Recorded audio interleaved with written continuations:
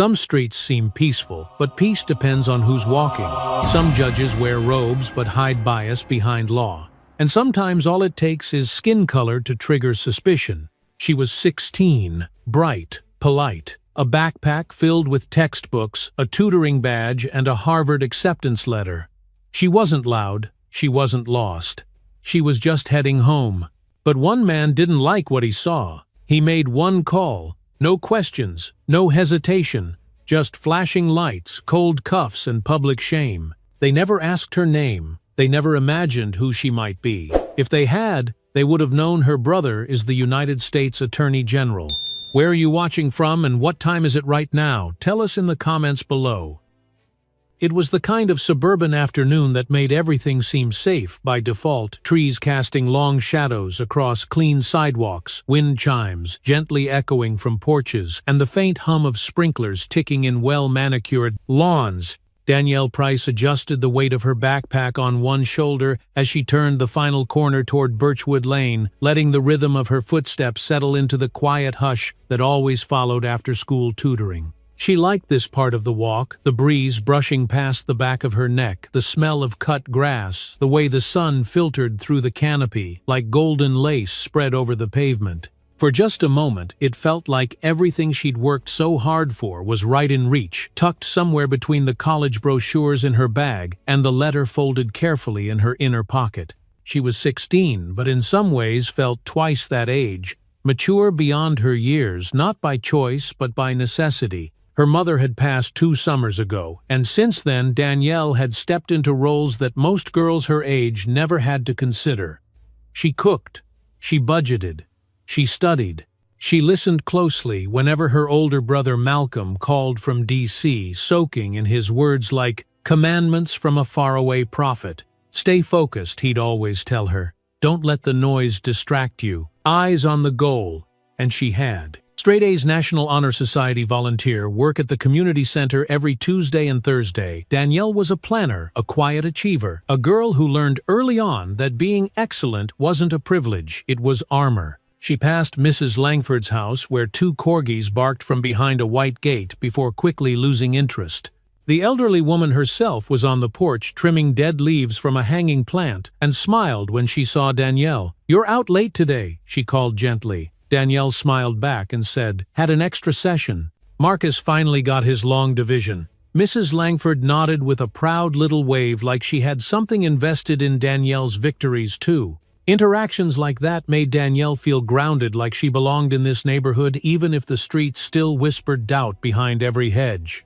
Her family had only moved here 8 months ago, and while some neighbors were warm, others still looked twice when they saw her walking alone, clutching her books, like they might slip from her fingers and spill secrets onto the pavement. She shifted her bag again as she passed the Godfrey estate easily, the largest property on the block, hidden behind a wrought iron gate with brick pillars on either side. It wasn't that Danielle feared the judge himself. She barely knew him beyond what she'd overheard, from adults at town meetings or read in news blurbs her brother occasionally sent with warning emojis. Still, there was something cold about that house, like it didn't want to be part of the community, like it looked down on everything around it, even the people. As she walked past, she caught a flicker of movement behind the curtain on the 2nd floor. Her eyes stayed forward. She didn't slow down, didn't wave, didn't linger. A black Honda crawled slowly down the road behind her tires, rolling almost noiselessly across the asphalt. At first, she thought it was just another parent coming home from errands or picking up kids from piano lessons.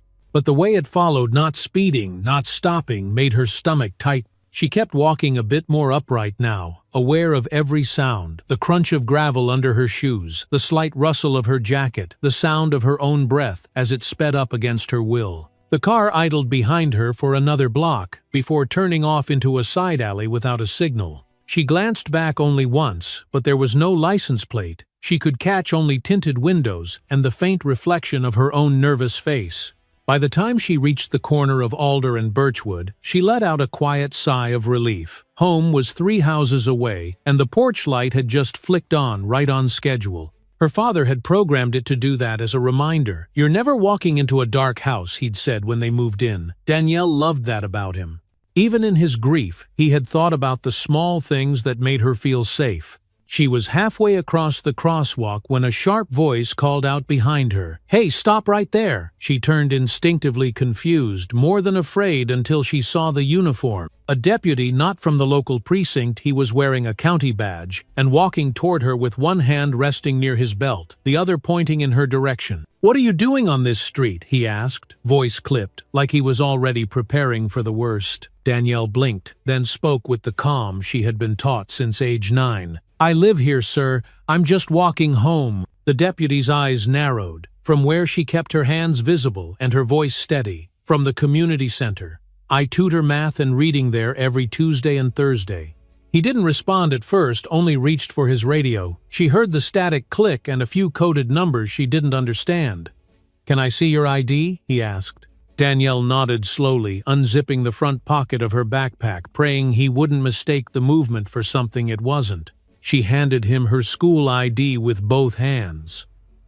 "Danielle Price. That's me. My address is right there. 427 Birchwood." He barely looked at it. His eyes kept scanning her face, her bag, the street around them. "We got a call," he muttered. "Said someone was acting suspicious near Judge Godfrey's house. You were seen lingering." Her heart skipped. "I didn't linger," she said softly. "I just walked past like always." But her words didn't seem to land. He stepped to the side, pressing the button on his radio again. "I've got a possible match. Requesting backup to Birchwood and Alder. Female 16 or 17 black, wearing blue jacket and jeans, carrying a backpack. Standing by." Danielle swallowed hard. The wind shifted. A chime rang out from Mrs. Langford's porch again.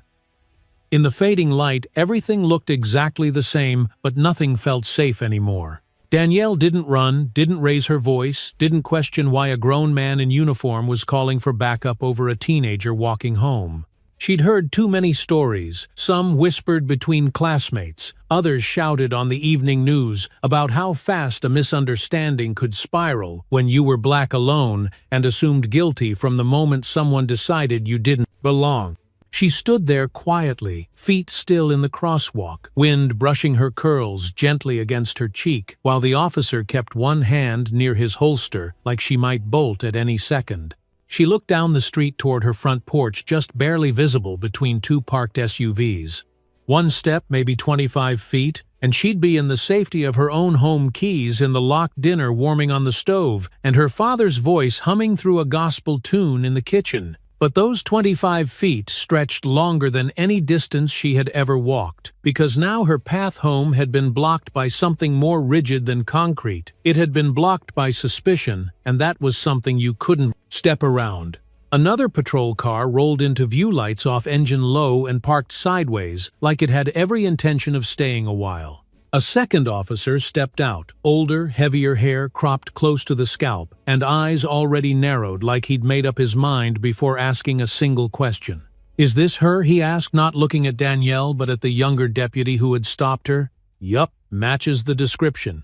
Backpack, jacket, alone, loitering near the judge's drive." Danielle blinked slowly, then said with a steadiness that surprised even her, "I wasn't loitering. I was walking home from the community center. I tutor there every Tuesday." The new officer didn't answer. He just stepped closer, far too close, like his presence alone could push her into guilt. "Tutoring," he said finally, drawing the word out like it was some exotic term. "What are you tutoring, girl? How to break into houses unnoticed?" It hit her like a slap, not because of the accusation itself, but because of how easily it rolled off his tongue, like this was routine, like calling a teenage girl a criminal was just another part of the job. She felt the heat rise in her cheeks, but she kept her voice level, her fingers still loosely curled at her sides. "Math and reading. For kids who need help catching up.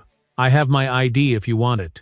He nodded at the other deputy, who had already begun pulling on latex gloves with that slow, deliberate rhythm that made every movement feel more ominous than it should have. "Search the bag," he said simply.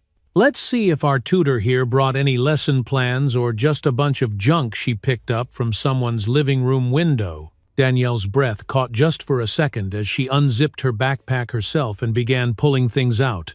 SAT prep books, her geometry notes, a green folder with lesson plans she had typed herself just last week, and the manila envelope she kept safe inside was the letter from the congresswoman who'd written her a glowing recommendation for the state academic fellowship. "These are mine," she said, voice still calm but now carrying the faintest tremble. "You can check the names, the addresses. I live right there. I've done nothing wrong." The older officer barely glanced at the papers, but he did chuckle, the sound low and cynical, like he'd heard this story too many times to believe it again. "Harvard, huh?" he said, holding up the acceptance letter she had printed from the portal and slid into plastic. "You expect me to believe a kid like you's going to Harvard?" He didn't have to say what a kid like you meant. Danielle heard it loud and clear in the tone. "I don't expect you to believe anything," she replied. "But it's true. And none of this justifies stopping me."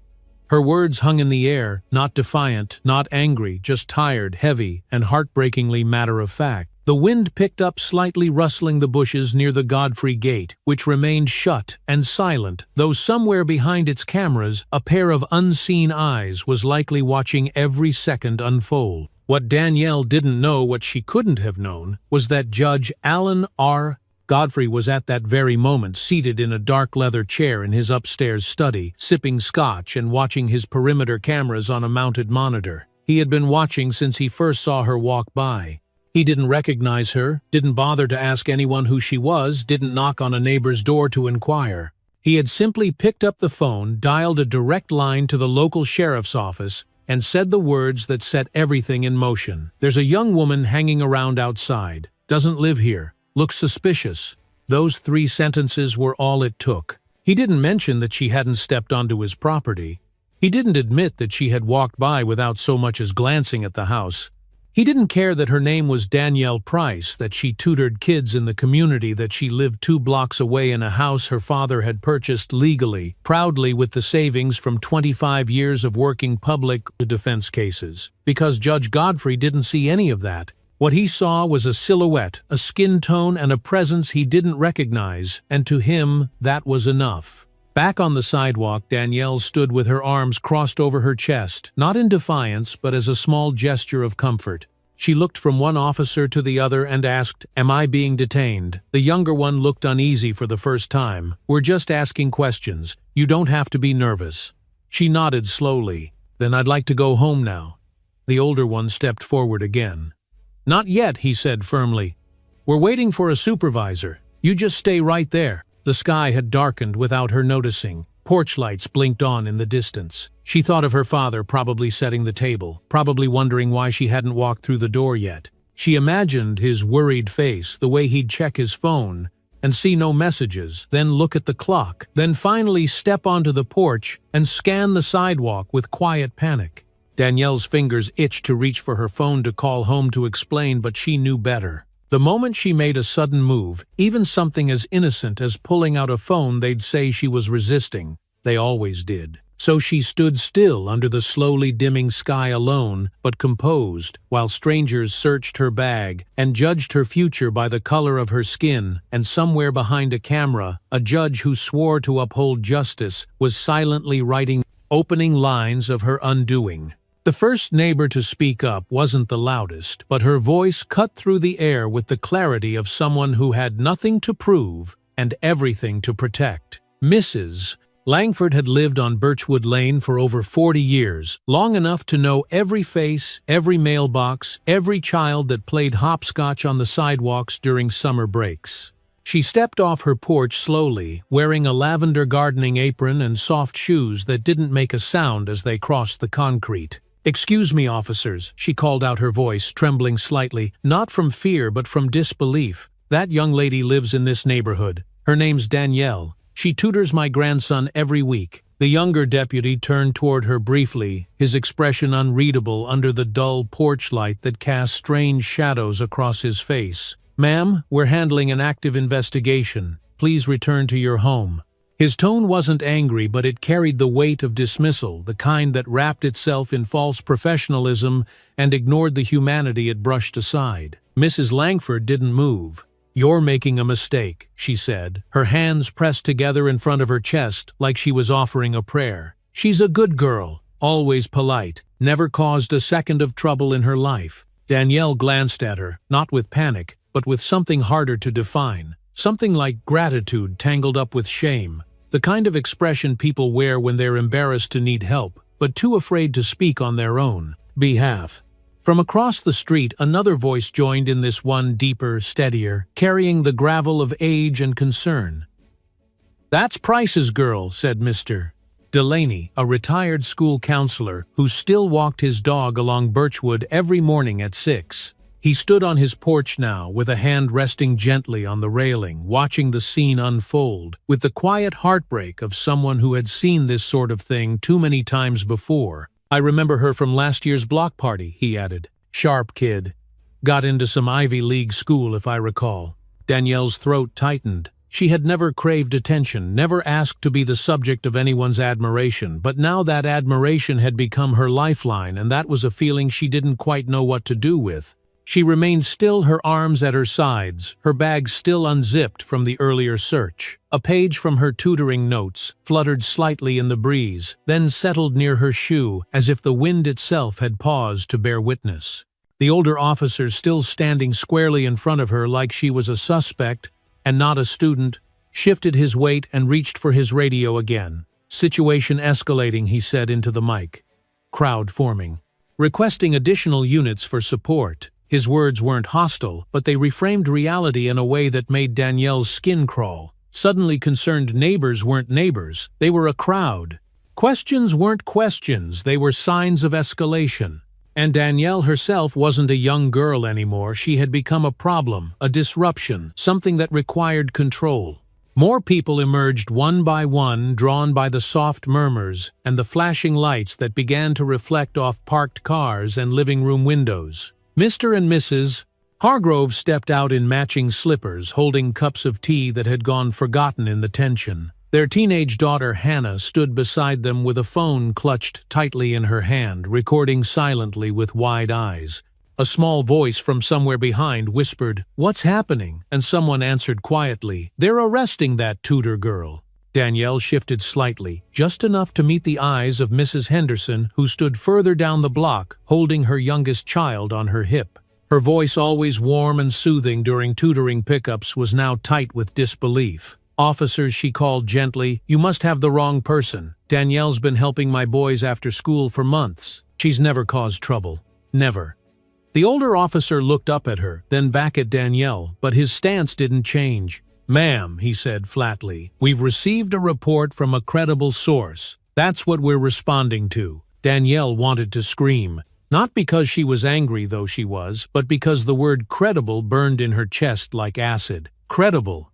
As if Judge Godfrey's word meant more than every neighbor standing here. As if the fabric of this entire street, this entire community, could be dismissed in favor of one man's suspicion. She took a deep breath and looked around slowly, not for escape, but for something firmer than fear. And what she found was a sea of faces. She knew some better than others, but all watching now, not as bystanders, but as witnesses. "I haven't done anything wrong," Danielle said, her voice finally rising just enough to carry. "I was walking home. That's it. I live 3 houses down." She pointed slow and deliberate toward the porch light that was still glowing warmly in the evening haze. "You can ask anyone here. I've lived here almost a year." The silence that followed was thicker than any she'd known. And then finally a voice crackled from the police radio. "Unit 7 backup en route. Estimated arrival 4 minutes. The officer nodded once, then turned toward Danielle. "Until we sort this out, we need you to stay where you are," he said. "This isn't an arrest. It's a precaution." Danielle swallowed hard. "But you're treating me like I've already done something." He didn't answer. And in that silence, something inside her shifted, not completely, not yet, but just enough to know this night would never be just another story to forget. Behind her, Mrs. Langford took a step forward and said with quiet fire, "Sometimes doing nothing wrong isn't enough when someone powerful decides they're afraid of you." No one corrected her. The street, once quiet and familiar, now buzzed with tension streetlights, humming overhead radios, clicking on and off neighbors, murmuring quietly to each other with a strange mix of fear, outrage, and confusion. Danielle's father still didn't know. Her brother, miles away in D.C., hadn't heard a word. But this moment, this gathering of voices and disbelief had already become something no one on Birchwood Lane would ever forget. The ride to the County Juvenile Processing Center was short, but for Danielle it felt like she was being driven to another planet, one where her name, her GPA, and her community work no longer meant anything at all. She sat silently in the back seat of the cruiser, hands cuffed loosely in front of her, now staring at the partition between herself and the officers, the faint reflections of her face overlapping with the shadows of their shoulders. The siren wasn't on, but the silence was somehow worse, an unspoken verdict hovering in the air like smoke that refused to clear. No one explained anything. No one offered reassurance. They just followed protocol because when the order came from a judge, nobody asked questions. The booking area was cold, in a way that didn't come from air conditioning but from design walls painted in that institutional pale green metal chairs, bolted to the floor, everything built to resist comfort or softness. The overhead lights buzzed faintly, flickering once as she walked through the security gate, escorted by the officer who had seemed the least hostile back on the street. He didn't speak to her now. He didn't even look her in the eye. "Step forward," said the intake clerk, a middle-aged woman with tired eyes and a voice that sounded like she'd been saying the same sentences for years. Danielle stepped where she was told, stood still while her jacket was removed, and watched as her backpack was placed on the counter and slowly emptied item by item, with latex-gloved hands flipping through her notebooks as if looking for weapons. "Empty your pockets," the woman added without looking up. Danielle pulled out her phone, a few dollars in cash, and the key to her house, just one with a blue plastic cover she'd had since 8th grade. The woman slid a tray forward and swept everything inside. "You'll get these back when you're released, assuming there's no reason to hold them." Danielle didn't know what that meant, but she didn't ask. She just knotted her throat too tight to risk speaking. She had rehearsed in her head somewhere between the porch light and the back seat of the squad car how she would carry herself, calm, respectful, deliberate. She would not cry. She would not plead. She would not give them anything they could twist into evidence that she didn't belong. The fingerprinting process was automated now, no ink, just a scanner that glowed green beneath her fingertips. Each one was pressed firmly down, then rolled gently side to side like she was being cataloged for something she hadn't signed up for. "Look straight ahead," the camera tech instructed. "No expression, just keep your eyes on the lens." The flash hit her like a slap, bright white erasing. Danielle blinked as the camera clicked again, then lowered her gaze, trying not to think about who might see that photo later. She imagined it popping up on a screen at a college admissions office, or worse, being dragged into a courtroom someday as proof that she had once been processed. After they were done, she was led down a hallway that smelled like disinfectant and hopelessness into a small interview room with a metal table and 2 plastic chairs that looked like they'd been melted and reshaped into submission. The walls were off-white, stained with the ghosts of 100 past interrogations. A cheap clock ticked softly overhead, reminding her that every minute spent here was a minute her father didn't know where she was. That thought struck deeper than anything else, the idea of him pacing the living room, checking the time, wondering why she hadn't texted. The door opened and a man stepped in, older, white, maybe late 50s, with graying eyebrows and a badge that said Detective Sergeant in fading letters. He sat across from her, slowly resting his elbows on the table, folding his hands together like this was a casual conversation. "Danielle, right?" he said, not waiting for her to confirm. "We just want to get a few things cleared up. No need to be nervous." She didn't answer. Not because she was being rude, but because she knew somehow instinctively that this wasn't about answers. This was about seeing whether she would fold, whether she would trip up and give them something to work with. So he continued, "You were spotted near Judge Godfrey's residence. That's not a place a lot of kids your age tend to hang around after dark." "It wasn't dark," Danielle said softly, her voice calm but firm. "And I wasn't hanging around. I was walking home." The detective nodded, pretending to jot something down on a clipboard, though his pen wasn't moving. "You always take that route." "Every Tuesday and Thursday," she replied. "After tutoring. You can call the community center if you want." He tilted his head slightly, as if considering it, then shrugged. "We might do that. But let me ask you this. Why do you think someone might report you as suspicious?" Danielle stared at him, searching his eyes for a flicker of acknowledgement of decency, of anything other than the well-rehearsed detachment she'd seen in the last 2 hours. I don't know, she said. Maybe they didn't like what I looked like. His lips twitched upward in a small smile that didn't reach his eyes. I'm sure that's not it, he said, but there was something in the way he said it that told her he knew it was exactly that. He leaned forward slightly, lowering his voice as if he were doing her a favor. Listen, you seem like a smart girl, but these situations get messy when people make them messy. If there's something you're not telling us, now's the time. Danielle looked down at her hands, folded tightly in her lap, her thumb rubbing a slow circle against her knuckle to keep from shaking. Then she looked back up and said quietly, I'd like to call my father now. The detective hesitated, his jaw tightening just slightly, before he forced a patient smile. You'll get your call, he said, rising from his chair. After the paperwork. Just be patient. He left without another word, and the door clicked shut behind him. Danielle sat alone, listening to the faint hum of the fluorescent light, the distant voices in the hallway, and the heavy echoing beat of her own heart, slow, deliberate, and louder than she expected. She didn't know what would happen next, but she knew one thing: her silence wasn't weakness, it was survival. The phone sat on the wall like an artifact from another century, black plastic coiled cord numbers worn down to a dull blur. It was colder in the booking area now, or maybe Danielle just felt the chill more clearly after sitting so long in the interrogation room where time had stretched and shrunk in strange uneven patterns. She had waited quietly, patiently, never raising her voice, never once asking for special treatment.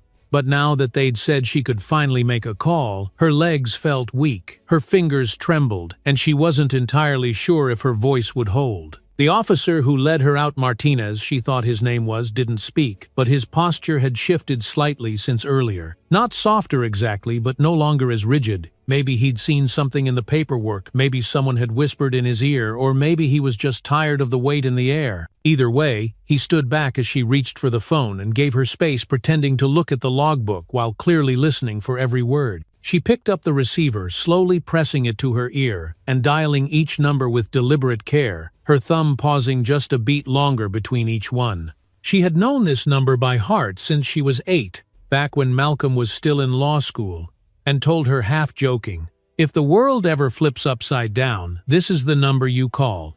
Now here she was, in the middle of that upside-down world, breathing carefully through her nose, while the phone rang once, then twice, then connected. Office of the Attorney General, a woman's voice answered, polished and professional. Danielle cleared her throat gently. This is Danielle Price, she said, her voice low but steady. Can I speak with Malcolm, please? It's urgent. There was a pause, a shift in tone, then the sound of the phone being placed on hold, followed by soft instrumental music that felt absurdly out of place in the moment. 30 seconds later, the line clicked again. Danielle Malcolm's voice came through clear, calm, instantly grounding. Are you okay? What's going on? Her breath hitched, and for the first time since all of this began, she let herself feel just a flicker of relief. Malk, she whispered, they arrested me. I didn't do anything. I was just walking home. There was a long silence on the other end, not because he didn't believe her, but because he was already calculating. She could picture him now, rising from his desk, pushing aside whatever briefing he'd been reading, and switching into the version of himself that didn't lose. Where are you? He asked, his voice even lower now. Who's holding you? County Juvenile Center, she replied. They said Judge Godfrey called it in. Something about me looking suspicious near his house. Malcolm exhaled sharply, a sound that wasn't quite anger, wasn't quite shock, but somewhere between disgust and resolve. All right, listen to me carefully. Don't answer any more questions. Don't sign anything. I'm calling in now. You'll be out soon. Danielle's eyes burned, but she blinked the tears away before they could fall. They've already searched my stuff, treated my tutoring notes like stolen property. I know, Malcolm said, and in those 2 words she heard everything: his fury, his grief, his unspoken promise that this would not end quietly. I want the names of the officers involved. Can you see them? She turned slightly, glancing to the side where Martinez stood, pretending not to listen. One is Martinez, she said. There was another Thompson, I think, and a supervisor named Bradley. Malcolm repeated the names under his breath, probably writing them down somewhere between legal codes and emergency contacts. Good. I'll speak to the chief of police directly, And I'll have a civil rights investigator on site within the hour. Danielle hesitated, the words catching in her throat. Will Dad find out? She asked quietly. I mean, before you get there. Malcolm softened. I'll call him right after this. He's going to be angry, but not at you. Never at you. He paused, his voice thickening just slightly. I'm proud of you. You hear me? You stayed calm. You did everything right. She nodded, even though he couldn't see it. Thank you, she whispered. As she hung up the phone, Martinez finally spoke, his voice lower than before. That your brother? He asked, trying to sound casual. She looked him straight in the eyes. No defiance, no fear, just a simple clarity. Yes, she said. He's the United States Attorney General. The silence that followed wasn't dramatic, it was hollow. Martinez blinked, once looked toward the glass of the intake window like he was hoping someone else had heard what she said. He didn't respond, just stepped back slightly and gave her a nod, not quite respectful but no longer dismissive either. She sat back down near the wall, hands folded in her lap again, the tension in her shoulders starting to ease, not because she was safe yet, but because she'd taken the one step that always mattered most. She had called someone who believed her, who had power, and who knew exactly what to do. Down the hallway, someone's radio buzzed faintly. Phones began ringing in the adjacent offices. Voices rose not in panic, but in that special pitch bureaucracies reach when they suddenly realize they've made a mistake too big to hide. Danielle didn't smile. She didn't gloat. She just waited. Because the thing about injustice is it always moves fast when no one's looking, but it begins to crack the moment someone with authority turns their eyes on it. And now finally someone was watching. The moment after Danielle hung up the phone, a subtle change crept through the building. Not a siren, not a shouted order, but a ripple of tension that moved like wind under a closed door. It was in the way Martinez tapped twice on the edge of the desk, then quickly stopped himself. It was in how the booking clerk suddenly stood a little straighter, adjusting her glasses as if preparing for an inspection.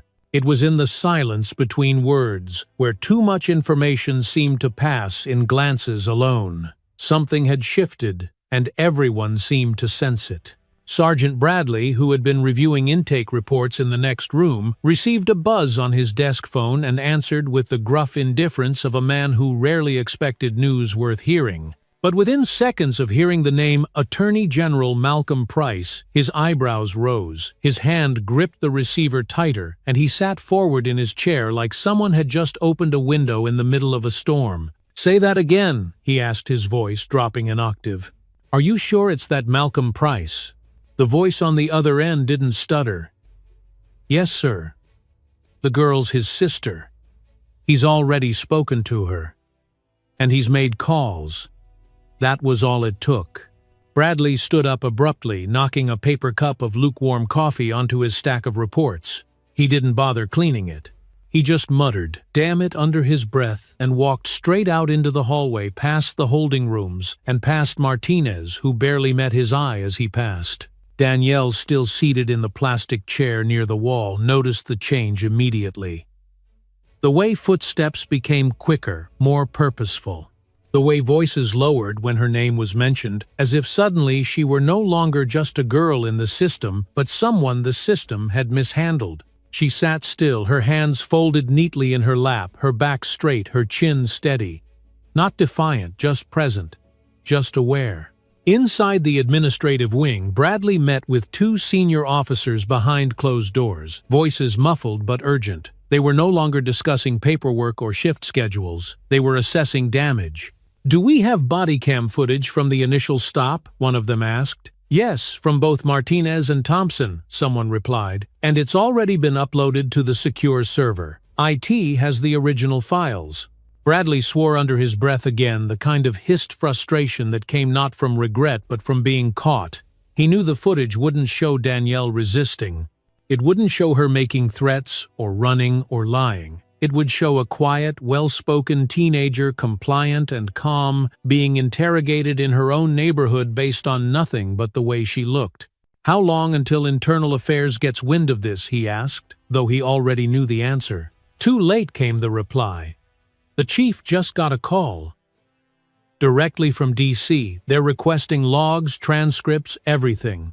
Bradley leaned back against the door, the weight of his own decisions pressing into his chest like bricks. "All right," he muttered. "Then we handle this carefully. No panic. Just follow the book." But outside that room, people were already talking. Officers who hadn't paid much attention to the girl earlier were now whispering her name like a riddle they couldn't solve. "Price," one muttered. "As in the Price, the Attorney General's sister," another confirmed. What the hell were they thinking? Danielle didn't know the details, but she could feel it building, that slow but steady pull of power shifting back toward her like a current reversing in a river she'd nearly drowned in. She could feel the way Martinez now hovered nearby, with hesitant politeness, offering water without being asked and speaking with a softness he hadn't shown before. "If you need anything," he said awkwardly, "just let me know. They'll be here soon." She looked at him carefully, not with malice but with the quiet clarity of someone who sees things for what they are. "You didn't have to cuff me," she said. Her tone wasn't accusatory. It was just a truth spoken out loud. He opened his mouth to respond, but nothing came out. He nodded instead, the faintest nod, and walked away. In the tech room, the body cam footage was already being reviewed by a junior IT specialist named Sarah, who hadn't been told what to look for, only that she needed to preserve the integrity of the files.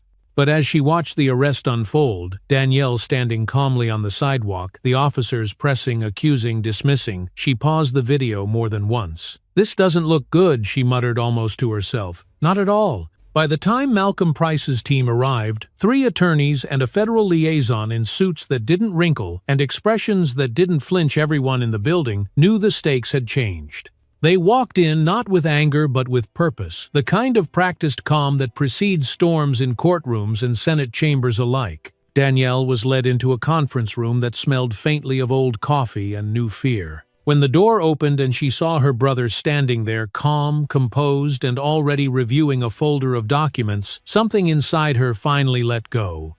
Not relief exactly, but recognition. He met her eyes and gave a subtle nod. Not a smile. Just confirmation that she wasn't alone. "You okay?" he asked. She nodded. "I think so." He turned to the officer who had escorted her in. "We'll be reviewing every action taken since her arrival," he said evenly. "And if there's anything here that suggests misconduct, we'll escalate accordingly." And just like that, the walls that had seemed so solid hours earlier, walls built of uniforms and procedures and silence, began to crack. Not loudly, not all at once, but steadily, like a foundation learning it had been built on something too fragile to last. What started with a phone call became a search for answers, and what that search uncovered wasn't just misconduct, it was a legacy of quiet harm buried in sealed records and polite silences. Malcolm didn't waste time. While Danielle sat beside one of his aides sipping warm tea from a paper cup, he was already at a side table with his team laptops, open printers, humming calls going out one after another to civil rights attorneys, federal databases, and legal contacts who didn't need introductions. He wasn't pacing or raising his voice, but his presence made every uniformed staffer straighten when he walked past. They knew his name now, and more importantly, they knew what his office could do. The first flag came from a judicial oversight portal, an old complaint 8 years prior from a family whose teenage son had been held for 3 days without charges after allegedly trespassing on the same street where Danielle had been arrested. Dismissed due to lack of evidence, the report said. But what stood out wasn't just the outcome, it was the phrasing. The language was nearly identical to the incident report filed against Danielle. Suspicious behavior, non-compliance appearance, inconsistent with neighborhood demographics. A second case surfaced 30 minutes later. Another black teen, this one 14, stopped walking home from football practice, detained for loitering near the Godfrey residence. No charges filed, but no apology issued either. His parents had filed a complaint against the department and Judge Godfrey for what they called racially motivated interference, but the complaint had never gone to court. It had disappeared in mediation. By the time Malcolm's team reached the 5th case in under an hour, there was no doubt. "This is a pattern," said one of the attorneys, tapping the screen gently, as if the truth might crack the glass. "He's been doing this for years. Same playbook, same profile, same refusal to acknowledge overreach." Danielle sat quietly listening from the edge of the room. She didn't need to see the files to understand what they meant. She felt it the way a wound recognizes another. For every story being unearthed now, she imagined how many hadn't been recorded at all, how many kids had walked home in silence, heads down, carrying a humiliation they didn't know how to name. Why hasn't anyone stopped him before, she asked, not bitter but bewildered. Malcolm looked up, meeting her gaze with something between sorrow and fury. Because no one with power had a reason to care, he said. Until now. It was a hard truth, but it wasn't new to either of them. Across town, inside a courthouse that once stood, as Judge Godfrey's domain clerks began receiving information requests from Washington. At first there was confusion, legal clerks flipping through archived dockets trying to understand why someone in federal office wanted access to juvenile case records from 10 years ago. But by the third request, they knew it wasn't random. The judge himself sat in his chambers, unaware that his name had just appeared on a list marked Priority Inquiry. He was reviewing sentencing notes when his assistant knocked lightly and entered without waiting. "Sir," she said carefully, "we just got a records request from the U.S. Attorney General's office about the Price girl. And past cases." Godfrey didn't look up right away. He finished writing something in the margins of a case file, capped his pen, and then asked, "Did they specify what they're looking for?" She hesitated, then handed him the printed request. "They're asking for juvenile detentions involving neighborhood complaints, specifically those where you were the reporting party or presiding judge. 10-year range." His fingers stiffened around the paper. "Get me Thompson," he said flatly. "Now." Back at the juvenile center, a government car arrived, doors swinging open with quiet urgency. Special Agent Ruth LeClaire stepped out first, dark blazer, straight posture, eyes that missed nothing. She moved through the building with practiced ease, announcing her presence only when necessary. "I'm here to oversee federal inquiry into potential rights violations," she told the front desk, starting with detainee Danielle Price. When she entered the conference room, she didn't introduce herself with a handshake. She simply nodded once and got to work. "I've seen the footage," she said, "and I've reviewed the intake process. It won't hold." Her voice wasn't unkind, it was focused like a surgeon identifying where to begin an incision. She sat across from Danielle, reviewing details, noting timestamps, clarifying points of contact. She asked thoughtful questions, not to trap, but to document. "Did they inform you of your rights? Did they explain why you were being detained? Did anyone suggest you were under arrest?" With each answer, Danielle gave the file thickened with evidence of what had been mishandled. Outside the room, Agent LeClaire's team was contacting the Department of Justice's Civil Rights Division. "There's a judicial pattern here," one investigator said. "Godfrey's fingerprints are on more than just this incident." And quietly, like floodwaters rising beneath a floorboard, the story began to spread. First within legal circles, then across advocacy networks, and soon onto social media. Danielle's name hadn't been released, but the facts traveled fast. A teenage girl arrested without cause linked to one of the most powerful legal families in the country. It wasn't just injustice, it was institutional rot revealed under federal light. Back at home, Danielle's father had just finished speaking to Malcolm on the phone. He stood in their kitchen, hands gripping the countertop, trying to keep his voice steady for his daughter's sake, though she wasn't there to hear it. "I told her to walk that route because it was safe," he said quietly. "Because it was familiar." On the table beside him sat Danielle's school ID, a cracked geometry notebook, and a folded Harvard letter that had fallen from her bag during the arrest. Objects that had once meant progress now sat like evidence in a trial no one expected. That night, Malcolm and Danielle sat side by side, watching as documents continued to roll in. Names, dates, accusations that had once gone ignored now had context. And through it all, Danielle didn't say much. She watched. She listened. And somewhere deep inside, she began to understand that what happened to her wasn't just a mistake. It was a fracture in a system long overdue for reckoning. The morning after Danielle was released, the neighborhood didn't look any different. Lawns were still trimmed, porch lights still timed, and sprinklers still rotated like nothing had happened. But beneath that practiced symmetry, something had shifted, an undercurrent of unease threading through every polite hello, every side glance across hedges, every murmured conversation at the edge of driveways. Birchwood Lane had always been a quiet street, the kind that prided itself on calm predictability, but now people were asking questions they hadn't dared to ask before. And once those questions started, they didn't stop. Mrs. Langford was the first to act. She printed out the footage her grandson had recorded from their front window, grainy but clear enough to see Danielle standing with her hands visible, speaking calmly, while officers surrounded her like she was a threat. She walked the cul-de-sac, handing out copies, not with anger but with quiet determination, repeating the same words to each neighbor she met. "This happened here, on our street. We can't pretend it didn't." By noon, Mrs. Henderson had posted a call for a community gathering on the neighborhood Facebook group. "We need to talk about what we saw," the message read. "Bring your voices. Bring your questions. Bring your kids." It wasn't long before the post had over 100 likes, dozens of comments, and a list of names volunteering to bring folding chairs, bottled water, and microphones. No one said the word protest not yet, but the air felt thick with the knowledge that silence would no longer be enough.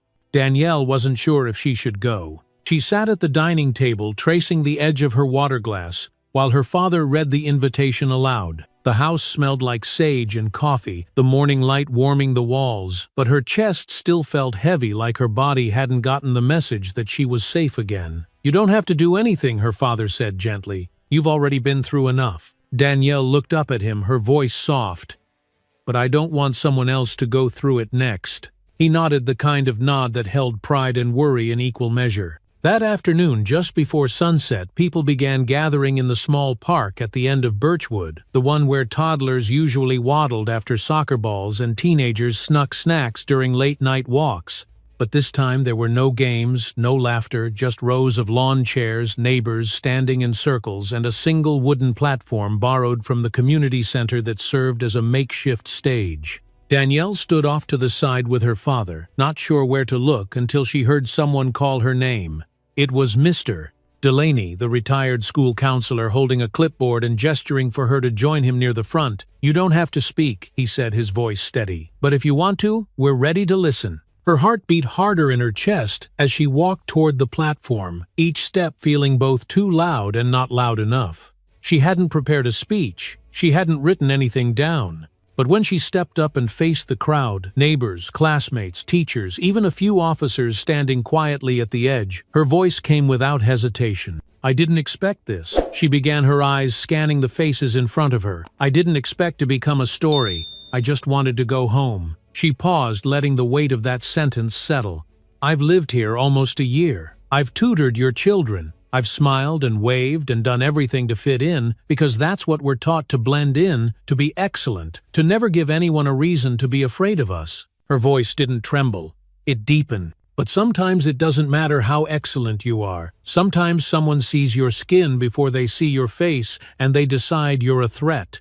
And when that happens, your name, your grades, your family, none of it protects you." There was no applause, only silence, deep, still listening silence. "I'm not angry," she continued. "I'm tired. I'm tired of pretending it's enough to follow the rules when the rules can be changed without warning. I'm tired of being seen as someone to fear instead of someone to trust. And I'm tired of being the only one expected to fix a problem I didn't create." She stepped back from the microphone, her hands clasped loosely in front of her, and for a moment the crowd simply breathed with her. Then someone clapped, then another, and soon the park was filled with a kind of applause that wasn't polite, it was necessary. One by one, other voices followed. Mrs. Henderson spoke of how her sons asked if Danielle had done something wrong. Mr. Patterson admitted he'd stayed silent too long because conflict made him uncomfortable. A young mother shared that her biracial daughter had asked that morning if police would arrest her one day too. These weren't speeches. They were confessions, truths pulled out like splinters held up to the light, not for shame, but for healing. As the sun dipped behind the rooftops and the crickets began their evening chorus, someone lit a candle, and then another. Soon the stage was glowing with small flames held high, each one a flicker of solidarity. No one shouted, no one marched. But what they did, standing there together in quiet defiance, was a kind of protest more powerful than noise. Danielle stood beside her father again, and this time she didn't feel alone. By the time the footage reached national media, the courthouse couldn't contain the weight of its own silence anymore. What had begun as a local misjudgment, a teenager arrested on suspicion built entirely on fear, was now echoing through newsrooms, Senate offices, and community meetings from coast to coast. Danielle's story had already taken root in living rooms across the country, but when the body cam clips aired side by side with her calm words from the community vigil, something cracked in the public conscience. It wasn't just a story of misconduct. It had become a story of character, hers versus theirs, and character, when laid bare, has a way of shaping public fury faster than any court filing ever could. Reporters stood outside the county justice building before dawn microphones, wrapped in wind guards, voices rehearsed and steady, even as camera lights flickered in the fog. Sources confirm the girl seen in the video is Danielle Price, one anchor said, glancing at his producer for cue approval. Her brother, U.S. Attorney General Malcolm Price, has formally requested a federal inquiry into systemic misconduct tied to Judge Alan Godfrey. Behind him, the courthouse loomed, doors shut tight, but walls no longer able to keep the truth from leaking through. Inside, Judge Godfrey sat in his private chambers for what might have been the last time, staring at the heavy drapes drawn over the windows like they could somehow shield him from everything beyond them. The news played quietly on a small television mounted above his bookshelf, his own name scrolling across the screen beneath images of Danielle's arrest. He didn't move. He barely blinked. He simply sat there, hands folded in front of him, face like granite, trying to calculate where the first misstep had been. "This is overreach," he muttered, not to anyone in particular. "It's politics. It'll pass." But in the hallway outside his door, his staff was already packing boxes. Secretaries whispering updates. Law clerks scrolling through Twitter threads that carried more legal weight than anything he'd signed that month. "They're digging through his rulings from the last 20 years, someone said softly. "And they're not liking what they're finding."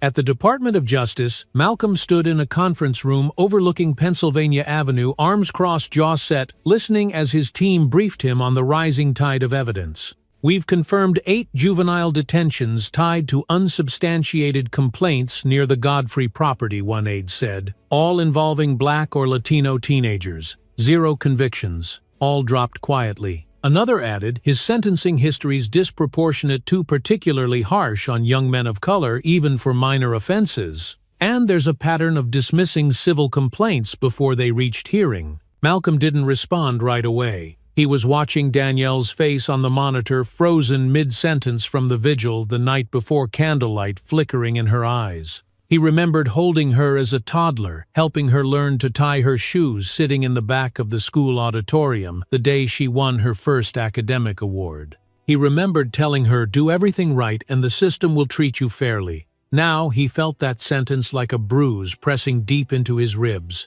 "We're not just going after the judge," he said finally. "We're going after the system that protected him." In the governor's office, staffers fielded calls from civil rights leaders, concerned donors, and journalists from major outlets, all asking one version of the same question. "What are you going to do about Godfrey?" The governor paced behind his desk, suit jacket off, sleeves rolled to the elbows, trying to read the political wind. "We need distance," he said. "Issue a statement condemning the arrest and calling for a transparent investigation. But don't throw him under the bus yet." His communications director raised an eyebrow. "Sir, we're not dealing with a rumor here. We're dealing with a federal civil rights inquiry led by the Attorney General, and his sister is the victim. This isn't just optics anymore. This is legacy." Meanwhile, in the town where it all began, students at Danielle's high school organized a walkout.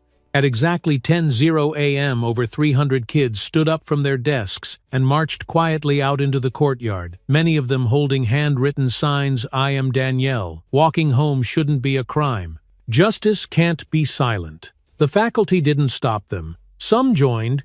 Danielle watched the live stream from her living room, her phone propped against a coffee mug, her father beside her, one hand on her shoulder. She didn't cry. She didn't speak. But when the camera panned over a group of 4th graders holding a banner that read, "We walk with you," she leaned forward and whispered, "I never thought it would go this far." Her father exhaled slowly. "Truth doesn't travel fast," he said. "But once it arrives, it's hard to unsee." And elsewhere, far from the protest signs, far from the interviews and the glare of cameras, Sergeant Bradley sat in his office, eyes fixed on a subpoena bearing his name. It wasn't loud, it wasn't violent, but it was precise. Signed by a federal judge authorizing full access to all communications, patrol records, and complaint logs tied to Danielle's arrest. He knew the investigators would find the emails. He knew they'd hear the radio dispatch. And deep down, he knew that this wasn't a case anymore. It was a reckoning. It happened on a Thursday morning, quiet and overcast, the kind of day that looked ordinary from a distance, but carried a heaviness in the air that hinted something was coming. Outside the federal courthouse, reporters stood in clusters, holding their microphones steady beneath umbrellas, their breath visible in the cool spring light. Inside, the marble floors echoed with footsteps that weren't rushed but purposeful, the kind of rhythm that only comes when someone knows what they've brought with them will change the shape of the room. Danielle sat in the hallway beside her brother, her hands resting on the folder in her lap, not because she needed it, but because it gave her something solid to hold.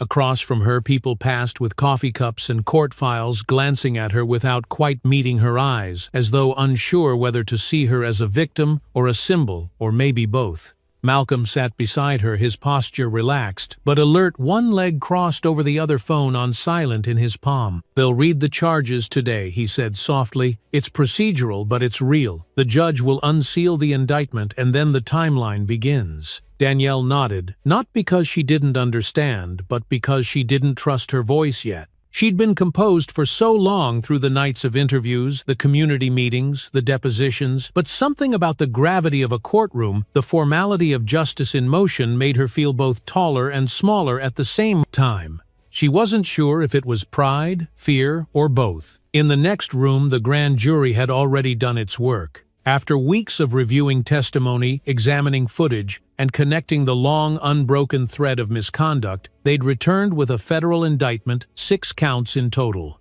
1 for unlawful detention, 1 for deprivation of rights under color of law, 1 for filing a false report, 1 for conspiracy to obstruct justice, and 2 others tied to prior incidents Judge Godfrey thought no one would ever revisit. When the gavel dropped, the courtroom hushed the way a theater does, when the lights dim suddenly and completely.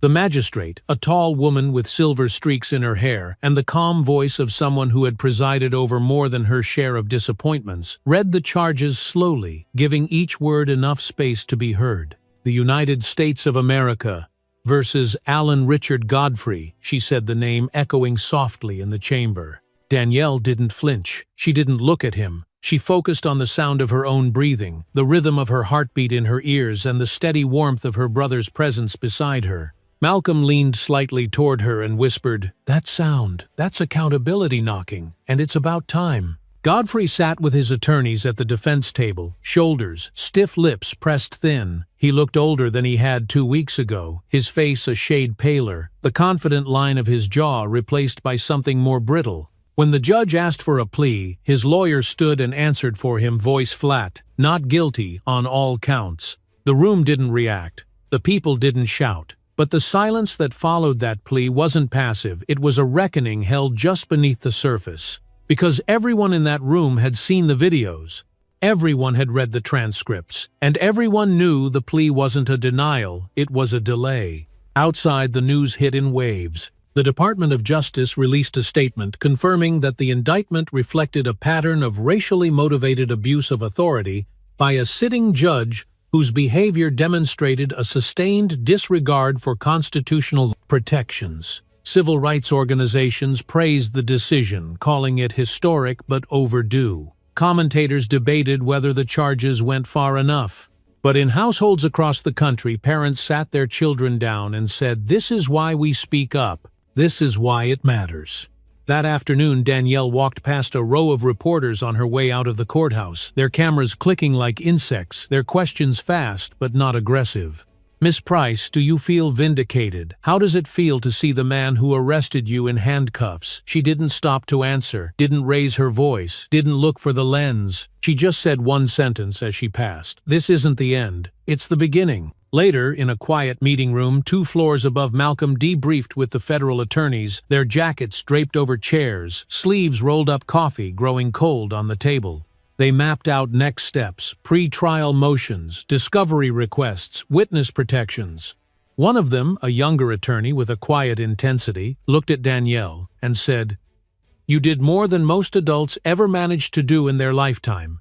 You pulled back the curtain." Danielle shook her head. "I didn't pull anything. I just didn't look away." At home that evening, the mailbox was full. Cards from strangers, letters from school children, typed statements from professors, handwritten notes from retired judges, thanking her for her courage. Her father read each one with a reverence that bordered on disbelief. "You never asked for this," he said, "but somehow you were built for it."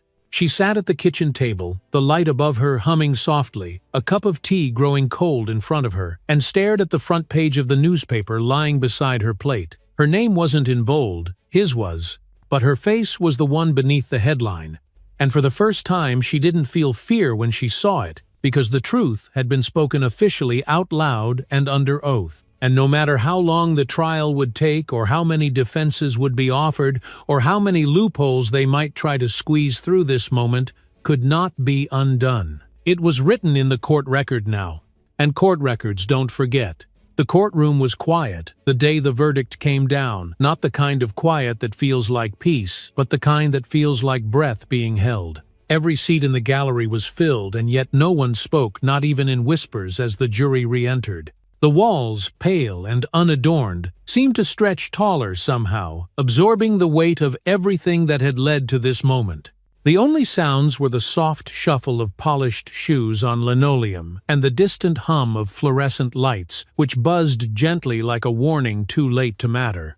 Danielle sat beside Malcolm, her hands resting flat on her lap, palms slightly damp despite the temperature. She wasn't nervous the way she had been at the beginning. This was different. This was the quiet, knowing that what happens now belongs not to her alone, but to everyone who had ever sat in a chair like this, waiting to see if truth would be enough. The judge, not Godfrey this time, but a federal appointee with a long record and a face that showed no favor, looked over the rim of his glasses. "Ladies and gentlemen of the jury," he said, his voice even and without decoration, "have you reached a verdict?" The foreman stood slowly, a man in his 50s, with careful eyes, and a paper held with both hands, like he didn't trust it not to change. "We have, Your Honor." The bailiff walked across the courtroom with practiced ease, took the paper and handed it to the judge. A pause followed, brief but unmissable, before he read it aloud. "On the count of deprivation of rights under color of law, guilty. On the count of false arrest, guilty. On the count of judicial misconduct and conspiracy to obstruct justice, guilty." He continued through the remaining charges, voice steady, until the final word echoed once and faded. "Guilty." No one cheered, no one clapped. Danielle didn't need them to. She just exhaled slow and full and let herself finally feel what her body had been holding for weeks. Not joy, not even relief, something quieter, something deeper. Like she could finally set down a weight she didn't realize she'd been carrying in her chest. Judge Godfrey sat at the defense table, staring straight ahead, unmoving, as though by staying still enough he could outweight the verdict. His face had lost its shape in the weeks since trial began, less like the man who once carried the law on his shoulders, and more like someone trying to shrink behind it. His attorney leaned in to speak with him, but Godfrey didn't reply. Not then, maybe not ever. The judge turned back to the courtroom. "Sentencing will be scheduled within the next 30 days, he said. "This court is adjourned." The gavel hit the wood with a firm final thud, not loud but absolute. Outside, the news had already spread. Cameras waited behind barricades. Microphones reached past each other like branches straining towards sun. But Malcolm didn't stop. He guided Danielle past them all, one hand gently at her back, the other raised in a subtle gesture that said, "Not today, not like this."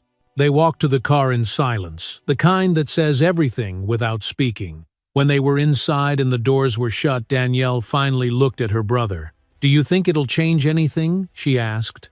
"Really change?" Malcolm looked forward for a long moment, the engine still off the windshield, catching the morning glare. "It already has," he said. "Maybe not for everyone. Maybe not all at once. But for you, for this community, for people watching, this verdict isn't just about what he did. It's about the fact that he finally had to answer for it. She nodded slowly. Not because it fixed everything, but because it was enough for now. The sentencing hearing a month later brought a different kind of gravity. This time the gallery was quieter still, if that was even possible. Not tense, not afraid, just tired. Worn down from months of litigation, testimony, media cycles. And yet, everyone showed up. Everyone stayed. Because closure when it comes needs witnesses too. Judge Godfrey was sentenced to 12 years in federal prison, 7 for the charges directly tied to Danielle's case, 5 for prior civil rights violations unearthed during the investigation. He would serve his time in a federal facility without parole, and he would never again wear the robes he had once believed made him untouchable. Outside the courthouse, Danielle stood at the microphone only once, by request, not out of duty. "I didn't come here today to celebrate," she said, her voice clear and steady. "This isn't a victory for one person. It's accountability for many. And even now it doesn't erase what happened. It just says the truth matters. And sometimes if you hold on long enough, the truth gets its moment." She stepped back without waiting for questions. That evening, as twilight fell across the rooftops of Birchwood Lane, the porch lights came on one by one like they always did. But something in the air had changed. Not louder, not brighter, just different, safer, more honest. Danielle sat with her father on the back steps of their house, the garden still carrying the scent of mint and lavender, a breeze tugging gently at the edge of the awning. "You did good," he said quietly. "And you stayed true." She leaned against his shoulder, closing her eyes just long enough to feel the moment settle. Some wounds don't vanish when justice arrives. But sometimes, if justice is real, they stop bleeding. The first time Danielle stepped back onto the stage at her high school, it wasn't for an award or a celebration. It was for a forum on youth justice, organized by students who'd watched her walk through a storm and somehow come out not broken, but reshaped. The auditorium lights were softer than she remembered, and the chairs still squeaked when students leaned back too fast. But the energy in the room was different now, more alert, more expectant, as if everyone was waiting for something true to be spoken aloud. She stood at the podium in a navy blue sweater, no podium script in hand, only a folded note in her pocket she didn't plan to read. The microphone caught a small breath before she spoke, and when her voice finally filled the space, it didn't rise or tremble. It just moved gently, like water filling a quiet room. "I used to think justice was something you earned by being good enough," she began. "That if you followed the rules, stayed polite, and did everything right, the system would protect you. But I was wrong. A few students shifted in their seats. No one looked away. What I've learned is this justice doesn't show up just because you deserve it. It shows up when enough people demand it loudly and together." She let the silence breathe between her sentences. She didn't rush. She didn't need to. "And if my story means anything," she continued, "I hope it means this: don't wait until it happens to you to speak up." When she stepped down, there wasn't applause at first, just stillness, like the room was holding its breath. Then someone stood. Then another. And the sound rose slowly, not like cheering but like recognition. Later that night at home, she sat at the kitchen table, a notebook open in front of her pages, already filling with sketches of what would come next.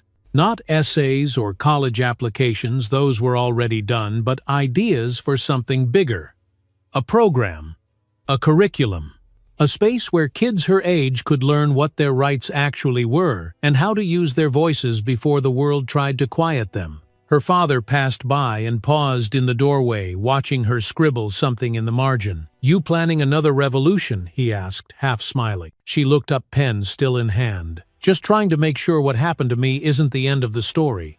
It wasn't, prosperade. 6 months later, Danielle launched a youth-led initiative called Know Your Ground, a traveling seminar hosted in school gyms, church basements, and public libraries across the state. She didn't speak every time. Sometimes she just sat in the back and watched as other students stood up, told their stories, asked hard questions, and shared fears they'd never said aloud. Her job wasn't to be the star. Her job was to make space for others to rise. She had learned the hard way that change doesn't start with courts or cameras, it starts in rooms like these, where truth is still raw and community is still fragile. At one event, a quiet middle schooler raised her hand and asked, "Were you scared when they arrested you?" Danielle nodded gently. "Yes," she said. "But being afraid doesn't mean you stop speaking. It just means your voice has more to carry." After that session, the girl's mother came up and whispered, "She's been afraid to walk home alone since last year, but tonight she asked if she could start volunteering at the center." Danielle didn't cry. She just smiled, nodded, and wrote the girl's name down in her notebook. One more reason to keep going. Colleges had called, scholarships had been offered, newspapers wanted profiles, advocacy groups asked her to join campaigns. She accepted some, declined others. Her goal wasn't to become a symbol, it was to stay real enough to matter. To remember that behind every headline was a door slammed, a question ignored, a child dismissed because someone thought power gave them the right.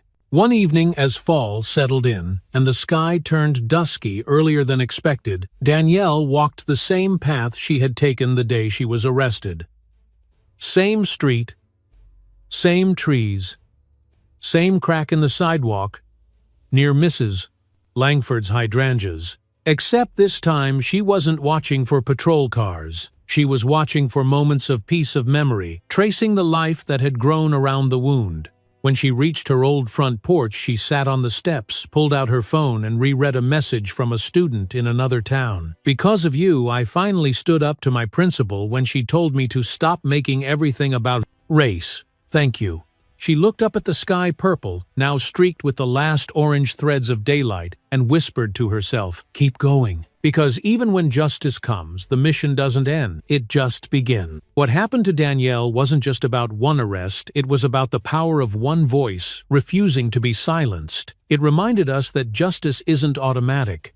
It takes persistence, courage, and the willingness to speak when it would be easier to stay quiet. Her story showed us that the system can be challenged not through anger alone, but through truth, dignity, and a steady commitment to doing what's right. For many of us, especially those who've lived through decades of change, it's easy to feel like the fight for fairness has already been fought. But stories like this one remind us that the work is never finished. It continues through the young people we guide, the communities we support, and the conversations we choose not to avoid. So maybe the question now is, what can we do right where we are? We can listen, we can speak up, we can share the truth when we see it. Because when we help others understand what justice really looks like, slow, steady, and sometimes hard-won, we help build a world where dignity is not a privilege, but a promise. If this story moved you, if it reminded you of what really matters, we invite you to like this video, share it with someone who still believes in fairness, and subscribe to our channel for more stories that reflect the strength, resilience, and wisdom of everyday people. Thank you for watching, and remember, justice starts with awareness, and awareness starts with someone like you choosing not to look away.